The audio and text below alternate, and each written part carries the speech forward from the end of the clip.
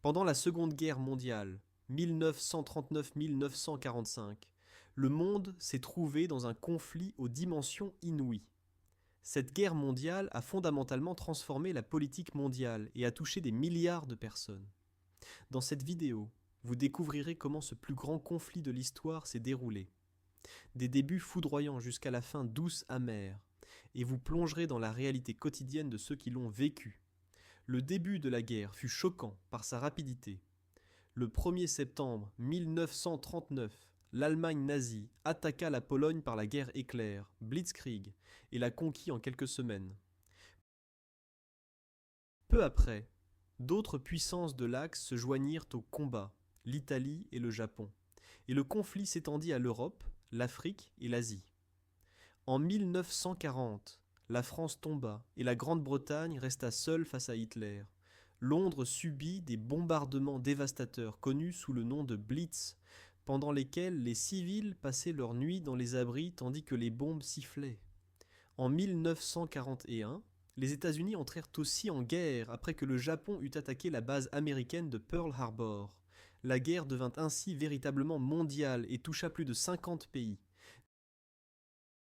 Des sociétés entières se mobilisèrent pour la guerre totale.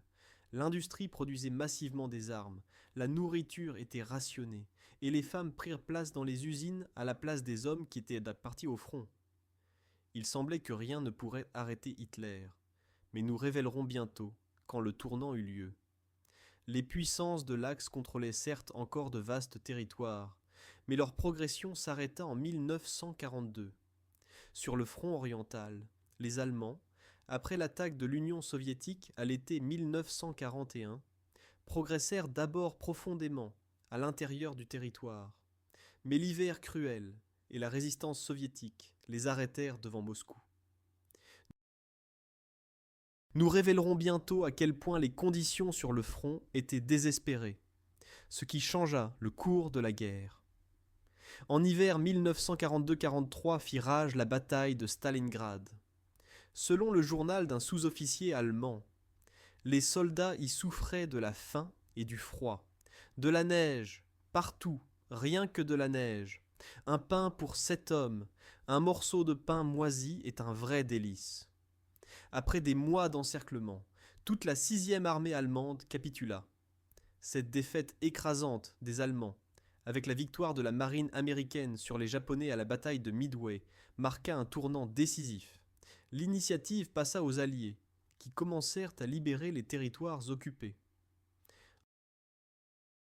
En 1944, les Alliés tenaient déjà fermement l'initiative stratégique. Le 6 juin 1944 eut lieu le célèbre jour J. À l'aube, des centaines de navires alliés apparurent au large des côtes de Normandie, et des milliers de soldats se lancèrent vers l'Europe occupée. Les combats acharnés sur les plages apportèrent certes de lourdes pertes, mais le débarquement en Normandie ouvrit le front occidental. Les armées alliées progressaient depuis la France, tandis que l'armée rouge écrasait les nazis à l'est. Avec l'approche de la fin de la guerre, des horreurs jusqu'alors insoupçonnées furent révélées. Les prisonniers libérés des camps de concentration et le journal d'Anne Frank, une jeune fille juive cachée à Amsterdam, révélèrent au monde l'ampleur totale de l'Holocauste. Le régime nazi s'effondra. Le 8 mai 1945, l'Allemagne capitula sans condition. Dans le Pacifique, les Alliés progressaient entre-temps vers le Japon, qui opposait une résistance désespérée. Les bombardements américains culminèrent en août 1945 avec les largages de bombes atomiques sur Hiroshima et Nagasaki, après quoi le Japon capitula, mettant ainsi définitivement fin à la Seconde Guerre mondiale, au prix d'énormes sacrifices, environ 60 millions de morts. Le monde resta en ruine. Plus de 80 ans se sont écoulés depuis la fin de la Seconde Guerre mondiale, mais son héritage reste vivant. L'humanité a tiré des leçons de cette tragédie. Par exemple, l'Organisation des Nations Unies fut créée pour qu'une telle catastrophe ne se répète plus. Les technologies développées pendant la guerre, par exemple le radar et l'énergie nucléaire, ont posé les bases du monde moderne. Mais avant tout, les histoires de la génération de guerre nous rappellent combien la paix est précieuse et combien il est important de défendre les valeurs d'humanité. Merci d'avoir regardé jusqu'à la fin. Si ce récit vous a plu, je serai heureux que vous souteniez la vidéo par un like et un partage.